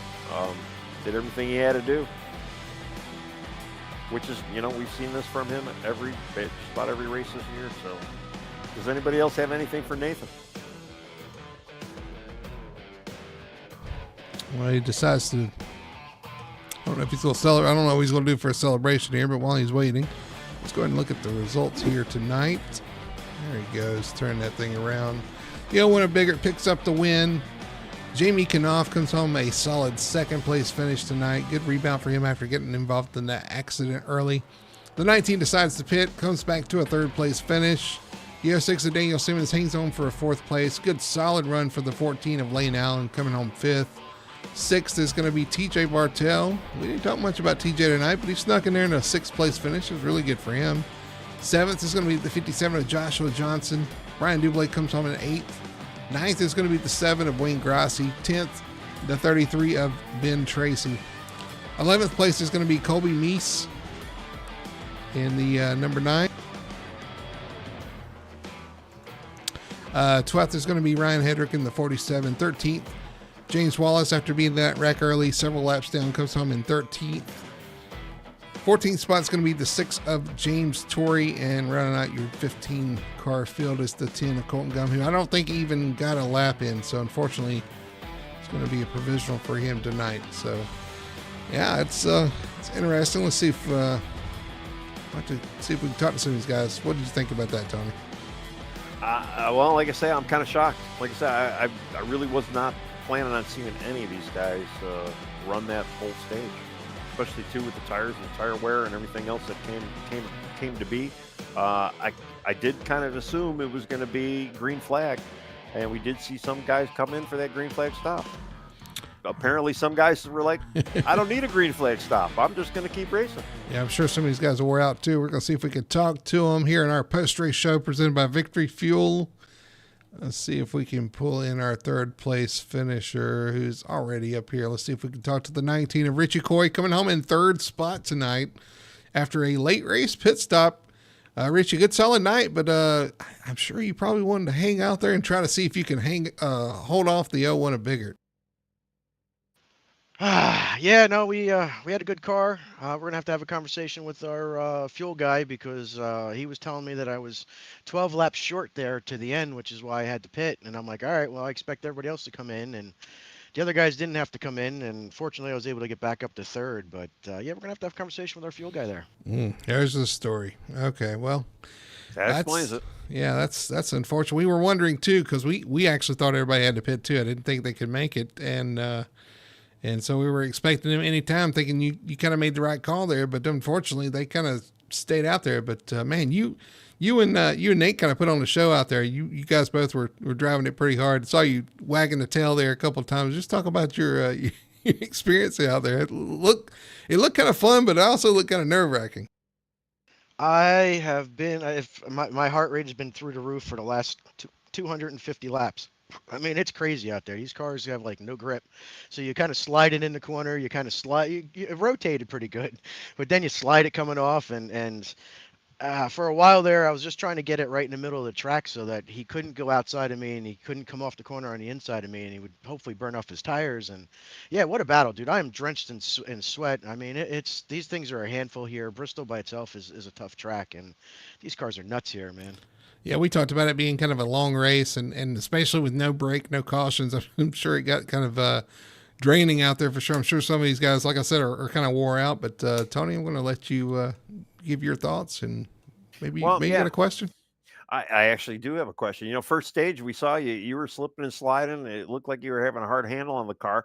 Second stage, I mean, you even started driving away from Nathan. What was being changed in that stage lap or stage caution? My setup was set for the later part of the race, so it was a little skaty in the beginning, and I messed up on that one restart. I started in second. I should have started in first to gap him, and he got by me on the outside. And clean air is always king. So he got out in front. I was a little skaty, and if we had another 2 or 3 laps, I might have been able to run him for that stage win because I was catching him there the last couple of laps. But yeah, he got out on stage, and then the track came to me. I was able to do a nice little pace, and I was really just trying to baby the tires and make it through the corner without hitting the wall. I noticed that he got in the wall a couple times, and he got sideways a little bit. But yeah, it was crazy out there for sure. With everything we had going on with the server and everything too, I appreciate everything you do, keeping those guys up to date and getting everything reset and ready to go. So I got to give you a shout out to that as well. But man, congratulations, third place finish, man. That was it was a strong run. Unfortunately, like I said, you're gonna have to have that hard discussion with, I guess, whoever the strategist is on the 19. Since it's my team, I guess I'm a little bit responsible. So, Well, I used to have a really good guy in the chat that used to give me a great fuel strategy, but on super speedways. well, still, but yeah, so I'll mind you, it's very hard to look at a calculator when listen, you're in VR. he was doing math up here tonight, and I was going, okay, I don't, okay, sure, whatever, sounds good. And it was accurate math. It was actually accurate. Yeah. So, but anyway, I got to say congratulations, third place finish tonight. Solid finish, not what you wanted, but still a good solid finish to get you through to the next round of the playoffs. I'm gonna hand you the mic there and let you do your shout outs, your sponsor plugs. The floor is yours. well, yeah, appreciate it. Got to thank Victory Fuel for being on board. We got a new sponsor partner actually today. I was able to throw the logo up on the car tonight. It's Phoenix PCs. You can head out to phoenixpc.com and get 2% off any computer you order, and then we're going to get some proceeds back to the league for that. So it's a good sponsorship for the league and for myself. So I welcome them aboard. Got to thank my team, Fury Motorsports. We did have a great car tonight. Third place. We'll still take a third place. I mean, it was a hard fought battle with Nate. Congrats to him. Thanks for Tony's mom and dad for watching. Hopefully, I get a message from mom soon. And thanks Probably. Thanks for broadcasting. All right, thanks, Richie. Yeah, you kind of spoiled our fun. We didn't really announce the sponsor, and I didn't have time to get it during the broadcast. We didn't spoil it. That's all that matters, right? It's like a beta tonight. It was a beta tonight. Yeah. So we'll get that set up, especially happy to have them on board, and look forward to that. Look forward to seeing you again next week, and good luck out there at Kansas. All right, guys. There's your third place finisher. Let's see if we can grab our second place finisher tonight. The Jamie Knopf Pink Magic Tire Prep Machine, number 48. Jamie, congratulations. Second place finish, man. You kind of snuck up in there on us after rebounding from that accident early on. Talk about your night and kind of the struggles of getting back up there to P2. Yeah, at the start, I made about 4 laps and then got crashed and had damage, and it never would fix it all. And so to the end of the stage there, I ran pretty hard, and I think I drove up to about 5th, and it was pushing really bad. So I knew I still had more damage to fix. And then on the restart, I come back into pits and fixed as much as I could. And then they were taking the green, so I was about a straightaway behind. And so I was like, well, I'm just going to figure we wouldn't have any cautions because everybody's great drivers. And, there was a little bit shorter field. So I was hoping we'd just go green the whole way. And I said, I'm just going to run 15-second lap times from here on. And then maybe, if they up there battling, they'll burn their stuff up. And maybe I could catch up or, at least have a shot at a top 5. Because if I ran hard, that was going to burn my right front up. And I was going to be real slow.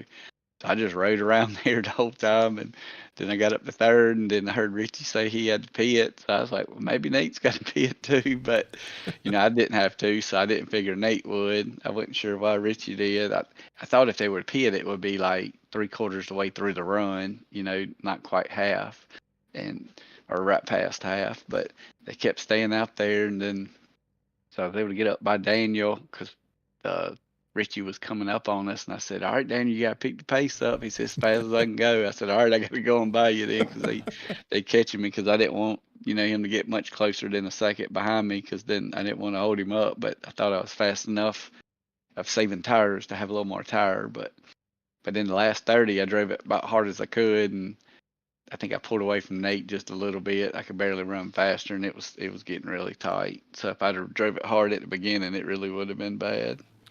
Yeah, you sound like you were playing catch up all night. That's kind of a frustrating night at Bristol, but hey, it turns out to a P3. Not really bad, not too bad actually. A lot of momentum going into Kansas next week. Tony, you got something you want to add? Well, I'm going to say, congrats on the second place. Obviously, the strategy worked out for you. Was any time though were you thinking, okay, maybe if Nate pits? I know you were kind of battling your teammate too as well. Was there any thought of actually just trying to come in for some fresh tires at any point, or you just said, no, I'm sticking with this 15-second laps and going to just ride it?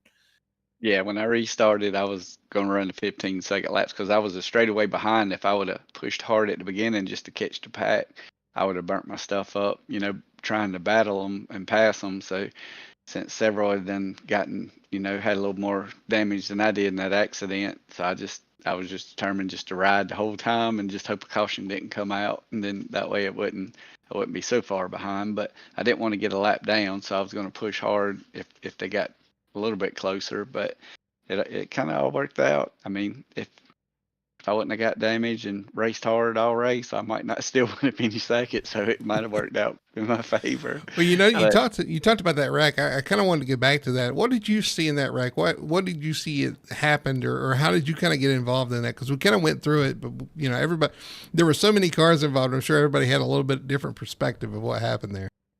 yeah, I think Ben just got loose and then got me in the right rear, and then I hit the wall and it caved my front end in real bad. I guess that's what I should ask. How does it feel to be wrecked by your team owner?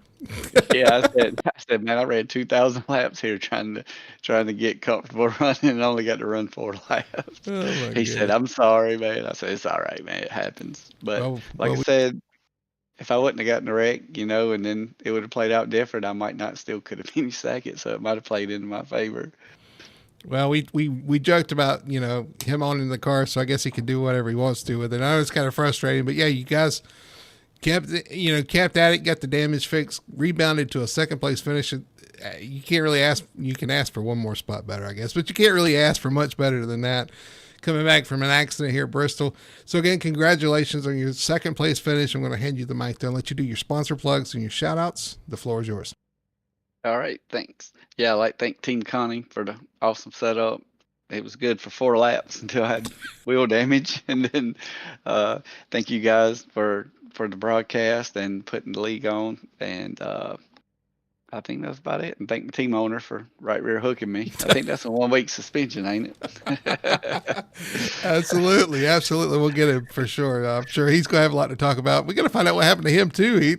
Something happened to him towards the end of the stage. I'm not really sure. So I think his steering wheel disconnected, then his pedals disconnected, and then okay. after he got back going, he only had like 90% throttle, and his brakes was dragging the whole time. He said it feels a lot better. I said the brakes will make it stable. So he wasn't quite going this fast. So he had a heck of a night too. All kind of trouble. So at least he didn't beat you after wrecking you, right? So yeah. So P2 again. Congratulations tonight, Jamie. Second place finish, and we'll see you next week in Kansas. All right, can't wait. Thanks. There's your second place finisher, the 48, Jamie Knopf. We'll talk to our winner tonight. Get some of that champagne out of your eyes so you can see here, Nathan, and we'll get you set up here. Winner tonight at Bristol. After a late race pit stop by the 19, you inherited the lead. We're eating him up before that, and come home the winner, win number 13 on the year. Congratulations. Yeah, thank you. It was definitely a tough night here at Bristol. Richie had a fast car, that's for sure. And it was a battle for the entire race. And if it didn't come down to the fuel and him having a pit, which really surprised me. I wasn't sure if it was, his tires wore out or if it was fuel, but I guess he was a little short and had to go in. I had just gotten beside him. And like I said, it was just the entire race we battled. So it was going to be a great run to the end. But happy to come home with a win. Great week at Bristol. Awesome tonight. Yeah, you guys put on quite a show. That's what I told Richie. You guys put on a show out there up front. Both of you guys kind of wagging the tail back there off the corners.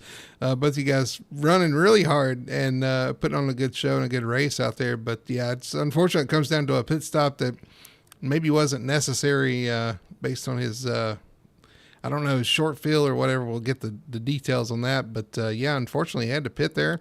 Kind of handed you lead, but you're right. You guys were side by side when you pitted. So it was going to be a good battle. We were looking forward to it. We were actually looking to see if Lane Allen, we thought everybody had to pit.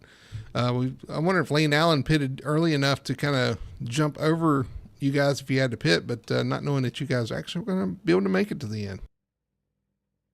Yeah, I was surprised, when I looked down after I pitted that I think originally it had said that I was like 2 laps short, but that's based on a short run where you're running really hard, you're not doing any of that lifting.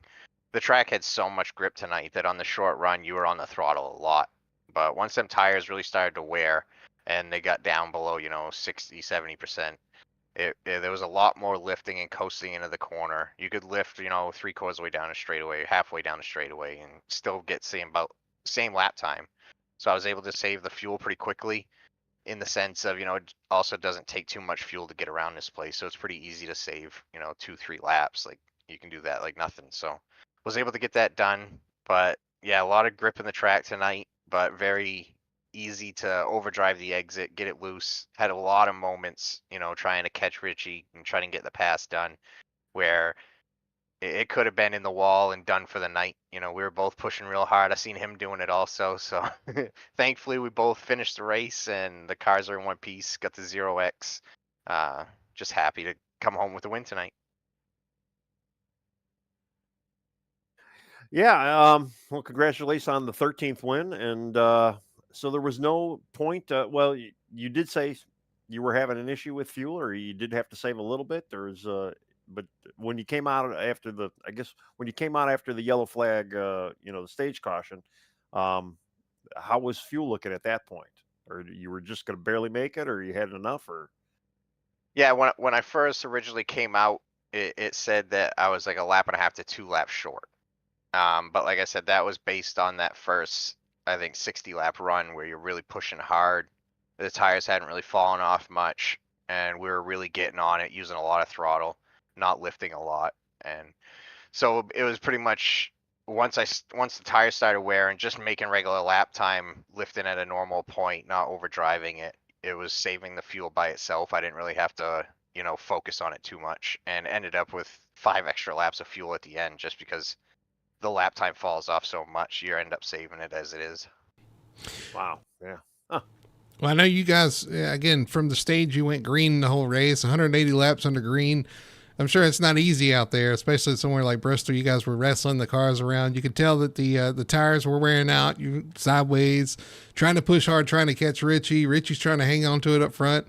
Then you got the lap traffic and the traffic. Honestly, the cars coming up to you guys that were faster, had newer tires, are probably more of a struggle than anything. We kind of talk about how tough it is out there to run that long. Richie said he was drenched in sweat. Was that kind of a tough thing to do out there? 180 laps green flag at Bristol. Yeah, absolutely, it is. That's the longest green flag run that I had all week, and I did 5 different, full 500 NISs this week. So, but we never got that long of a run. I was definitely switching arms, driving with just my left hand for a while, giving my right arm a break. Doing everything I could to just stay on top of it, stay alert, and shake my arm loose. It was tightening up at times. You start getting that death grip on the wheel, and your fingers start to cramp up. Not as young as I used to be, just had a birthday, getting close to 40 now. So, welcome to the club. Definitely a workout. Yeah. Yeah, absolutely. Well, that's another thing. Another reason we need to get these webcams up and going so we can see you guys struggling out there. So we can say, oh, look how tough it is out there. Oh, that's a shame. Up Some there in the booth. webcams might need windshield wipers too if they're sweating that much. Yeah. Well. Yeah. Anyway, hey, again, congratulations, first place. Again, like we talked about, win number 13. You're just killing it out here. Tonight, maybe not as straightforward as some of the other wins, but a win is a win. And again, I think it's who got it last week? Was it you last week? So it was 3 in a row for you. Yeah. Yeah. Just say that kind of casually, but anyway. Hey, congratulations. I'm going to give you the mic. They'll let you do your shout outs, your sponsor plugs. The floor is yours. Yeah, I want to give a big thank you to FTSR, all the admins, you guys for doing the broadcast, all the drivers tonight. Like you said, there was a lot of lap traffic action going on. Everyone was really respectful. You didn't have any incidents, giving way to the leaders, but also, not holding themselves up, getting the passes done clean. Great job by everybody tonight. Shout out to Jamie for getting second, Richie for a great battle all race long. Definitely could have been him here in Victory Lane. Give a shout out to Jeff. He's having real significant wheel problems. He wasn't able to make it tonight because it won't even work for him at all. So hopefully he gets that fixed soon, can come back and help me out here in the team next week. I want to give a shout out to Shane. We're saying our goodbyes with him. He's no longer with Beast Mode running with us. He's joined up to run with Ryko full time now. Give a shout out to them, Ryko, Ken, for the setup tonight. The thing was fast all week. Had a lot of fun with it running here at Bristol. And I'll shout out to all the fans and number one fan, Mom. Love you. All right, there's your winner tonight, Nathan Biggert in the 01. By the way, Nathan, Jeff did give you a shout out in the chat, so he was watching along, supporting you guys. So, again, congratulations tonight, and we'll see you next week at Kansas. All right, thank you. See you then. All right, there's your winner tonight. The 01, Nathan Biggert, takes on the checkered flag here tonight at Bristol Motor Speedway. Kind of an unconventional Bristol race tonight, Tony. Totally. I mean, we kind of knew that, there was going to be some green flags happening. We were not aware of the different tire strategies and, some teams not, getting their enough gas in the tank and whatnot, and even a little tire saving strategy as well. We did know it was going to be a tire savings expedition, and it did work out for Jamie. So, yeah. I mean, you look at TJ Bartel kind of snuck up there in the sixth place with Lane Allen with some great strategy. That was a pretty good race. It was a solid race. Like I said, just not something we would expect from a Bristol race, I guess. I mean, I guess we kind of expected it with a smaller field. Sort of. But those guys, everybody kept it straight, except for the one accident we had on lap 4. We went clean the rest of the race. So, shout out to all the guys. I hope everybody had fun out there. Next week, we are off to Kansas to see Dorothy in Kansas Speedway. We got a new sponsor for the race next week too, Gums Auto Center. Looking forward to having them on board. We'll get those guys plenty of shout outs during our broadcast. You guys make sure to check us out next week, Monday at 9:00 p.m. from Kansas Speedway. We'll do this again with the Victory Fuel Cup Series. But until then, my name's Brady Hanna. That's Tony Solari. We are Full Throttle Television, and we'll see you next week at Kansas.